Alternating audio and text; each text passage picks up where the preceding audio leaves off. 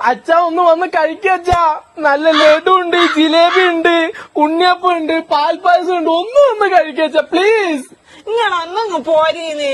അല്ലാന്ന് നിങ്ങളല്ല ഐറ്റകൾ ഇങ്ങനെ എത്ര നേരമായി വിളിക്കുന്ന നിങ്ങളാ?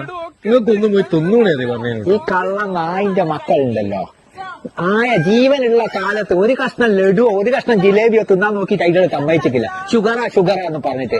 ജിലേബി ലഡു ഒക്കെ ഉണ്ട്, നല്ല മധുര. നോക്ക് ഒന്ന് വന്ന് കഴിക്ക്.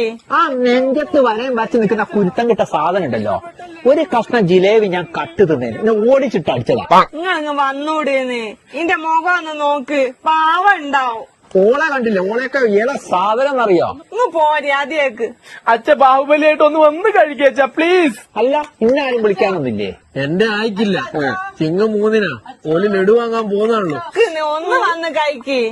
വിളിക്ക്, തൊണ്ട കീറി വിളിക്ക്. എന്റെ പട്ടി വരും ഇന്നെ ജിലേബി ലഡു തിന്നു.